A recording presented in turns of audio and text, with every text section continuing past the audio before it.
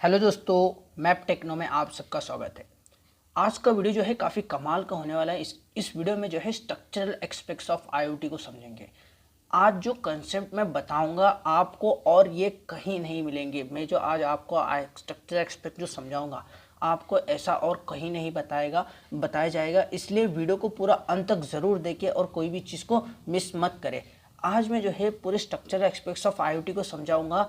Total जो है structural aspects में 6 पैरामीटर होते हैं। हर एक पैरामीटर को मैं जो है उसके कंसेप्ट को बताऊंगा। मैं जो यहाँ पे मैंने थ्योरेटिकल कंसेप्ट को डिस्प्ले किया है, जैसे कि आप देख सकते हैं मैंने थ्योरेटिकल कंसेप्ट को दिया है, लेकिन मैं लाइन बाय लाइन बस रीड नहीं कराऊंगा। मैं हर एक कंसेप्ट को आपको समझाने की कोशिश करूंगा। तो फिर पहला जो पैरामीटर होता है वो होता है एनवायरमेंटल कैरेक्टरिस्टिक्स। इसके अंदर बताया ये जाता है कि environmental characteristics related to an IoT devices. जो फिर आईओटी डिवाइसेस कैसे होते हैं, जैसे पहला पॉइंट होता है लो पावर यूसेज। मतलब जो आईओटी डिवाइसेस है, जो भी सेंसर्स है, ये जो है इनका पावर यूसेज काफ़ी कम होता है।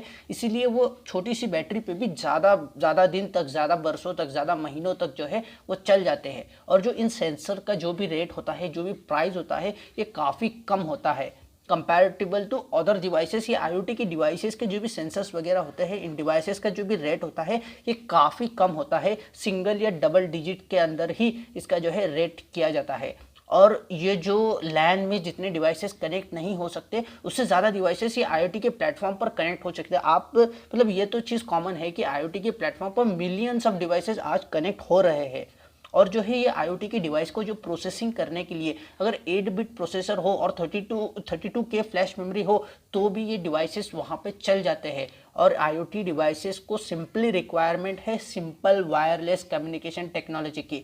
ये तो आप जानते होंगे कि आईओटी डिवाइसेस सारे कमांड्स पे चलते हैं। आप कमांड्स देते हो, उसके थ्रू जो है आईओटी डिवाइसेस वर्क करते हैं। कुछ चेंजेस के थ्रू, कमांड्स के थ्रू जो है वर्क करते हैं। और आईओटी डिवाइसेस की मेन उसकी खासियत ही ये है कि वो वायरलेस है, इसीलिए simple wireless communication technology use की जाती है। ये सारे होते हैं एनवायरमेंटल कैरेक्टरिस्टिक्स में। आप जो है ये थ्योरेटिकल जो भी पॉइंट है इसको पॉज करके आप देख सकते हो, इसको रीड कर सकते हो। लेकिन मेरा मोटिव बस यही था कि आप जो है एनवायरमेंटल कैरेक्टरिस्टिक को समझे। इसी तरह हम अब आगे बढ़ते हैं ट्रैफिक कैरेक्टरिस्टिक्स को। काफ़ी बच्चे यहाँ पे कंफ्यूज होते हैं एक्चुअली ट्रैफिक कैरेक्टरिस्टिक्स होता क्या है। आईओटी के डिवाइसेस में जो है at a time multiple devices connect होते हैं। और यहाँ पे जो है हर डिवाइसेस कोई ना कोई काम कर रहा होता है।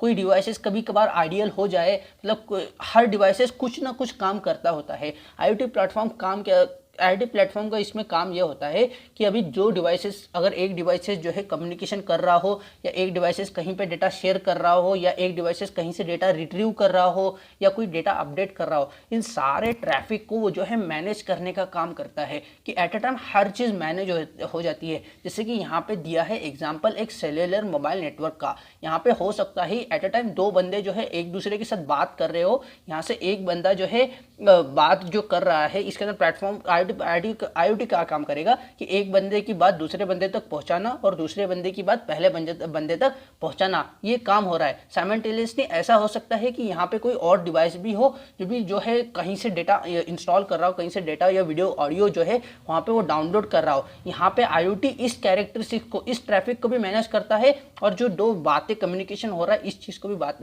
जो है इसे जो है हैंडल करता है। इस ट्रैफिक को है जो है हैंडल करने का काम होता है ट्रैफिक कैरेक्टरिस्टिक्स में। मेनली ये जो है नेटवर्क को ऑप्टिमाइज करता है ह्यूमन बेस्ड कम्युनिकेशन और एप्लीकेशन के जितने भी ट्रैफिक होते हैं, इन सारे ट्रैफिकों को वो ऑप्टिमाइज करता है। ये होता है ट्रैफिक कैरेक्टरिस्टिक्स में। इसका अगला जो पॉइंट है स्केलेबिलिटी। स्केलेबिलिटी इसका बेसिक कंसेप्ट यही है कि अपने नेटवर्क को बढ़ाना, एरिया को, अमाउंट ऑफ एरिया को इंक्रीज करने का नाम होता है स्केलेबिलिटी। इसके अंदर बस इतना ही है कि अमाउंट ऑफ एरिया को इंक्रीज करो। आपको मैं समझाने के तौर को, आप जो है इस लाइन बाय लाइन रीड करके आप समझ जाएंगे। लेकिन मैं अगर आपको जो है अच्छे तरीके से समझाता हूँ, अगर मैं जो आपको आज जो भी बात बोल रहा हूँ इसको आप ध्यान से सुने कि जो भी आईओटी की डिवाइसेस है, आपने एक आईओटी का प्लेटफॉर्म इनबिल्ट किया जिसके अंदर 10 नंबर ऑफ डिवाइसेस है, और डेली आप 1 या 2 डिवाइस उसके अंदर ऐड कर रहे हो, तो फिर वो ऐड करने की वजह से आपका नेटवर्क बढ़ रहा है। यही होता है स्केलेबिलिटी में। लेकिन इस चीज़ में पॉइंट ये होता है कि आपके इनिशियली आपके पास 10 डिवाइस थे, आप जो है रोज़ डेली एक दो डिवाइस आप इंक्रीमेंट करके आपका नेटवर्क बढ़ा रहे हो। लेकिन कोई भी डिवाइस को इंस्टॉल करने में आपको आपका बेसिक स्ट्रक्चर बदलने की ज़रूरत ना पड़े। मतलब आप कोई नया डिवाइस आपके सिस्टम में इंस्टॉल कर रहे हो तो आपको पूरी सिस्टम की सेटिंग चेंज करनी पड़ेगी, तो फिर ये पॉसिबल नहीं है ना। फिर ऐसा IoT डिवाइस एक ऐसा मतलब क्या इंटरफेस क्रिएट करता है कि कोई भी डिवाइस इजीली उसके अंदर जो है ऐड हो सकता है, और कोई भी डिवाइस ऐड होने के बाद उसकी जो है प्रोसेसिंग पावर इंक्रीज़ होनी चाहिए ताकि डिक्रीज़ नहीं होनी चाहिए। मतलब पहले जहाँ पे 10 डिवाइस एट ए टाइम काम कर रहे थे, वहाँ पे 2 डिवाइस ऐड हो गए तो 12 डिवाइस काम करने के बाद उस नेटवर्क की प्रोडक्टिविटी इंक्रीज़ होनी चाहिए, ना कि जो है डिक्रीज़ होने चाहिए। वहाँ पे जो प्रोडक्टिविटी है, उनकी प्रोसेसिंग पावर भी जो है इंक्रीज़ होनी चाहिए। इस नेटवर्क को बढ़ाने का नाम होता है स्केलेबिलिटी। इसके बाद वाला जो पॉइंट आता है इंट्रोपरेबिलिटी। इंट्रोपरेबिलिटी मतलब ability to exchange the data. मतलब एक मशीन, दो मशीन है, मशीन टू मशीन कम्युनिकेशन की में जो है डेटा शेयर होता है। इस डेटा शेयर करने का जो भी मदद किया जाता है उसे कहता है इंट्रोपरेबिलिटी। मतलब ability to exchange the data between end to end devices is known to be an interoperability. यहाँ पे 5 टाइप की इंट्रोपरेबिलिटी होती है। मैं हर एक 5 टाइप की इंट्रोपरेबिलिटी आपको समझाऊंगा। पहला होता है डिवाइस इंट्रोपरेबिलिटी। मतलब आप जो है 2 डिवाइस के बीच में जो है डेटा सेंड कर रहे हो, फिर वो डिवाइसेस कैसे मदद करते हैं, कैसे हेल्प करते हैं डेटा को सेंड करने के लिए। 2 टाइप के डिवाइसेस हो सकते हैं, एक तो हाई एंड डिवाइसेस और एक low end devices. High end devices मतलब उनकी जो कंपनी मतलब प्रोसेसिंग की जो कैपेबिलिटी है वो हाई होती है। जैसे कि आज के स्मार्टफोन है जिसकी मेमोरी हाई है और उसका जो भी रिसोर्सेज है, जो भी मेमोरी स्पेस है वो हाई होता है, ज़्यादा मेमोरी स्पेस होता है, और उनकी प्रोसेसिंग कैपेसिटी भी एकदम ज़्यादा होती है। जैसे कि आजकल के जो है स्मार्टफोन है जिसके अंदर आपको प्रोसेसिंग भी फास्ट होगा और जो मेमोरी भी फास्ट होगी। और लो एंड डिवाइसेस मतलब उनकी जो कंप्यूटिंग पावर होती है, प्रोसेसिंग की पावर होती है, काफ़ी कम होती है, और उनके अंदर जो मेमोरी जो स्टोरेज है वो भी काफ़ी कम होता है। जैसे कि अपने पुराने मोबाइल्स वगैरह थे जिसकी प्रोसेसिंग काफ़ी देर तक हुआ जाता था, तो फिर ये आता है लो एंड डिवाइसेस में। और जो दूसरा टाइप है नेटवर्क इंटरऑपरेबिलिटी, मतलब नेटवर्क हेल्प कैसे करता है डेटा को एक्सचेंज करने में, इस चीज़ को बताया गया है नेटवर्क इंटरऑपरेबिलिटी में। मतलब नेटवर्क हेल्प कर रहा है डेटा को एक्सचेंज करने में, एक डिवाइस से दूसरे डिवाइस को डेटा सेंड करने में नेटवर्क जो है मदद कर रहा है। तीसरा जो है सिंथेटिक प्रोबेबिलिटी इंटरऑपरेबिलिटी। इसका मतलब ये है कि जो है डिफरेंट डेटा स्ट्रक्चर यूज़ किए जाते हैं डेटा को सेंड करने में, और जो डेटा स्ट्रक्चर जो है डिफरेंट टाइप के डिफरेंट सिस्टम का अलग अलग मतलब उनकी अलग कैपेबिलिटी है, लेकिन फिर भी इन दोनों के बीच में डेटा को एक्सचेंज कराना ये सिंथेटिक इंटरऑपरेबिलिटी का काम होता है। अब इस सिमेंटिक इंटरऑपरेबिलिटी में होता क्या है कि डेटा तो शेयर हो रहा है एक डिवाइस से दूसरे डिवाइस में, लेकिन पहले डिवाइस ने जो डेटा दूसरे डिवाइस को सेंड किया है वो दूसरे डिवाइस को समझना भी चाहिए कि डेटा आया है, डेटा क्या है, इसका डेटा का मीनिंग समझना चाहिए। और जो दूसरा डिवाइस पहले डिवाइस को डेटा सेंड करेगा तो पहले डिवाइस को भी समझना चाहिए कि डेटा मुझे कुछ आया है और वो डेटा क्या है। इस चीज़ को समझना ये सिमेंटिक इंटरऑपरेबिलिटी लीड करता है, सपोर्ट करता है।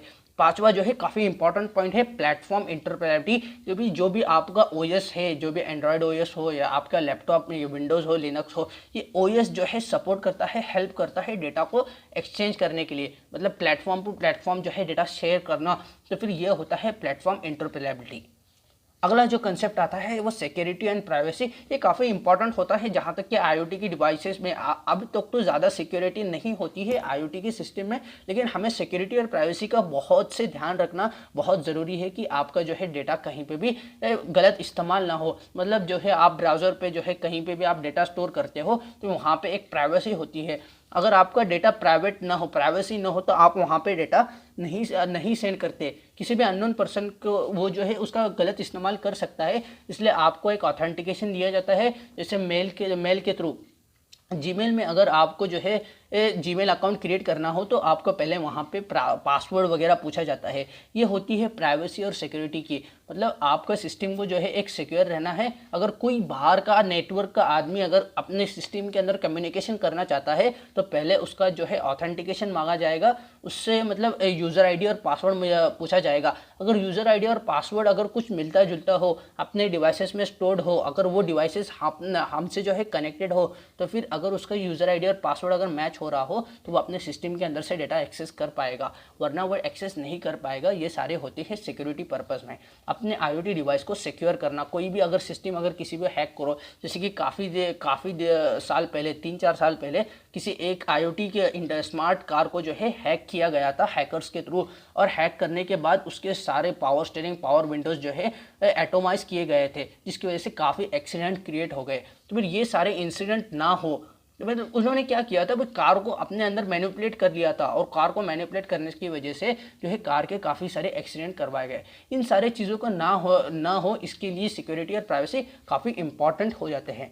लास्ट है ओपन आर्किटेक्चर। ओपन आर्किटेक्चर ये काफ़ी इंपॉर्टेंट कंसेप्ट है। ओपन आर्किटेक्चर मतलब क्या है, IoT डिवाइस का सबसे प्लस पॉइंट है। इसने क्या किया है, IoT के प्लेटफॉर्म में जितने भी नंबर ऑफ डिवाइसेस कनेक्टेड है, वो सारे डिवाइसेस जो है इजीली प्लेटफॉर्म से डेटा एक्सेस कर सकते हैं। यही है ओपन आर्किटेक्चर, मतलब प्लेटफॉर्म से जो है डेटा इजीली एक्सेस कर पाना, और वहाँ पे जो है डेटा सेंड करना, डेटा को अपलोड करना, ये सारा ओपन सोर्स किया गया है। मतलब वहाँ पे आपको किसी भी तरह की तकलीफ नहीं होगी डेटा को एक्सेस करने में। काफ़ी ईजी, आसानी से आप डेटा एक्सेस कर सकते हो, डेटा को शेयर कर सकते हो इन बिटवीन योर नेटवर्क। आप नेटवर्क के अंदर ही कर सकते हो। आप अपने नेटवर्क के अंदर IoT का एक प्लेटफॉर्म के अंदर जितने भी नेटवर्क के मल्टीपल अगर 100 डिवाइसेस है तो वे सारे के 100 डिवाइसेस उस प्लेटफॉर्म से डेटा एक्सेस कर सकते हैं। यही है ओपन आर्किटेक्चर। आई होप आप इन सारी चीज़ों को समझे होंगे। फिर अगर आपको वीडियो थोड़ा भी अच्छा लगा हो तो वीडियो को लाइक ज़रूर करें और चैनल को सब्सक्राइब करना ना भूलें।